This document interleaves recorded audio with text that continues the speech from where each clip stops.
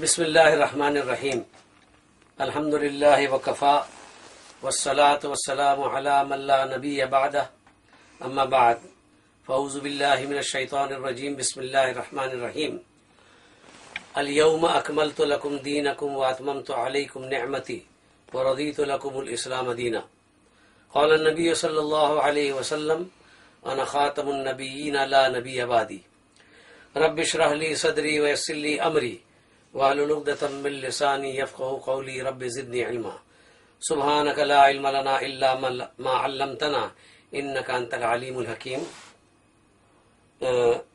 عزیز بھائی اور دوستو، آج آپ کے سامنے میں نے ایک اہم مسئلہ بیان کرنا ہے۔ عقیدہ ختم نبوت اور قادیانیت کے حوالے سے ہماری گفتگو ہوگی۔ تو سب سے پہلی بات تو یہ ہے کہ مرزا غلام احمد قادیانی، اس کے دعوے تو کہیں ہیں، بہت سارے دعوے ہیں۔ مثال کے طور پر نبوت کا دعویٰ ہے، رسالت کا دعویٰ ہے، اور محمد الرسول اللہ ہونے کا دعویٰ بھی ہے۔ استغفر اللہ والعیاذ باللہ۔ میں اس سلسلے میں نے کچھ نوٹس بھی تیار کیے ہیں، تو میں انشاءاللہ آپ کو اس نوٹس کے حوالے سے چند باتیں پیش کروں گا۔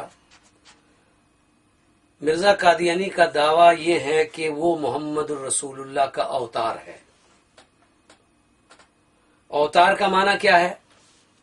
کہ ہندوؤں کے عقیدے کے مطابق خدا کا کسی انسان کے جسم میں داخل ہو کر مخلوق کے لیے اصلاح کے لیے آنا، مخلوق کی اصلاح کے لیے آنا، یہ ہندوانہ عقیدہ ہے۔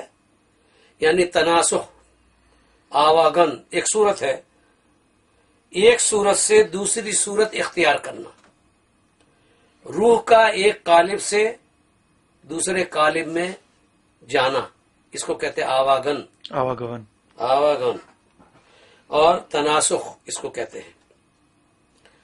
اب یہ اوتار جو اس نے کہا کہ میں محمد رسول اللہ کا اوتار ہوں، نعوذ باللہ، یعنی جس طرح حضرت ابراہیم علیہ السلام نے اپنی یہ میں مرزا کے الفاظ کو پڑھتا ہوں، اور میں آپ کے سامنے کتاب کا حوالہ بھی دیتا ہوں۔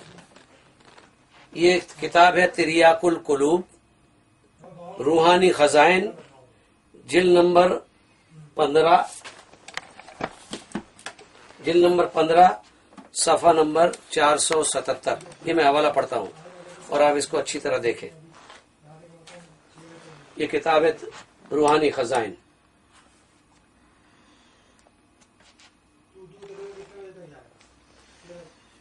اور یہ اس کے صفحے ہیں۔